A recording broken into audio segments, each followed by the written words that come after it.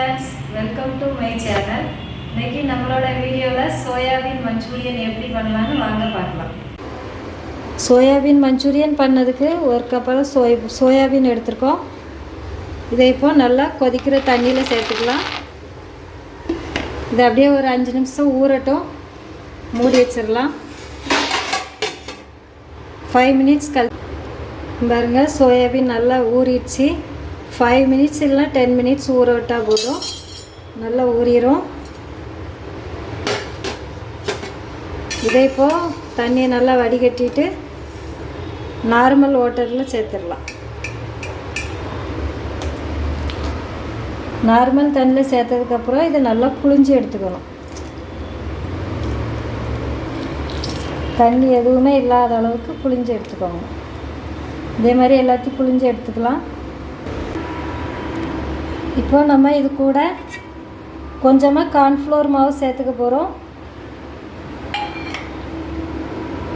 அது கூடவே ஒரு 2-3 ஸ்பூன் அளவுக்கு மைதா மாவு சேர்த்துக்கோங்க.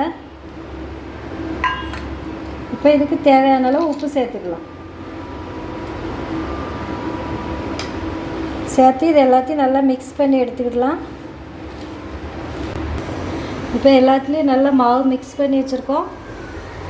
இப்போ இங்கே ஆயில் சூடாகிட்டுருக்கு. இப்போ கொஞ்சம் கொஞ்சமாக பொரித்து எடுத்துக்கலாம்.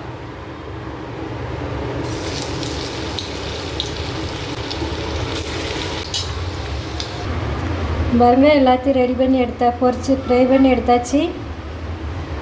இப்போ ஒரு கடாயை அடுப்பில் வச்சுருக்கோம். இப்போ நம்ம சோயாபீன் ஃப்ரை பண்ண அதே ஆயிலிருந்து கொஞ்சமாக எடுத்து இதில் ஊற்றிக்கலாம்.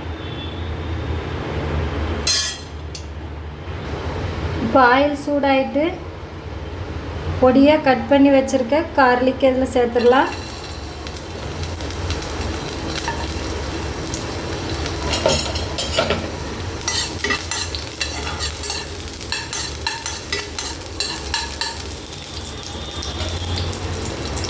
இது கூடவே ஒரு பெரிய சைஸ் வெங்காயத்தை எடுத்து நீளமாக கட் பண்ணி வச்சுருக்கோம். அதையும் இது கூட சேர்த்துடலாம்.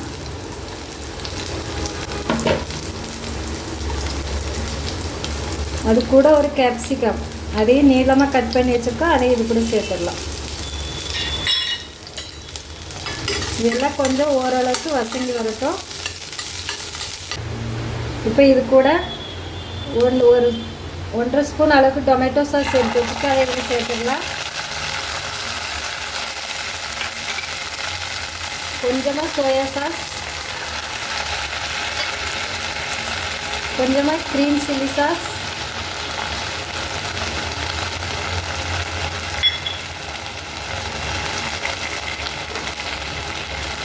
இது கூடவே கொஞ்சமாக சேஸ்வான் சட்னி, இது எல்லாத்தையும் இது கூட கொஞ்சமாக தண்ணி சேர்த்துக்கலாம்.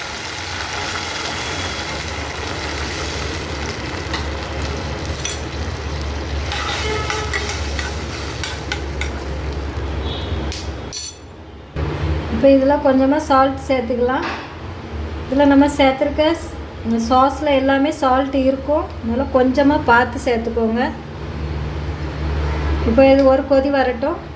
இப்போ கொஞ்சமாக கார்ன்ஃப்ளவர் மாவு எடுத்துருக்கோம். அது கூட கொஞ்சம் தண்ணி சேர்த்து கரைச்சி எடுத்துக்கலாம்.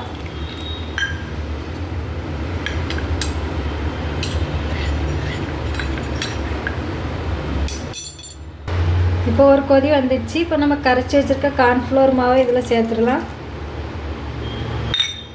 சேர்த்து நல்லா மிக்ஸ் பண்ணிக்கோங்க.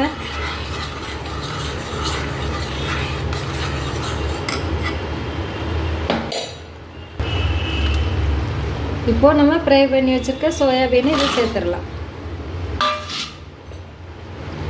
சேர்த்து நல்லா மிக்ஸ் பண்ணி விடுங்க.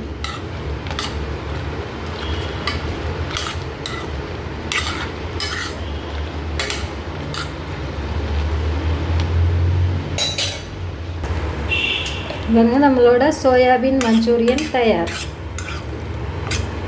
இது இப்போ பிளேட்டுக்கு மாற்றிடலாம். பாருங்க நம்மளோட சோயாபீன் மஞ்சூரியன் தயாராகிடுச்சு.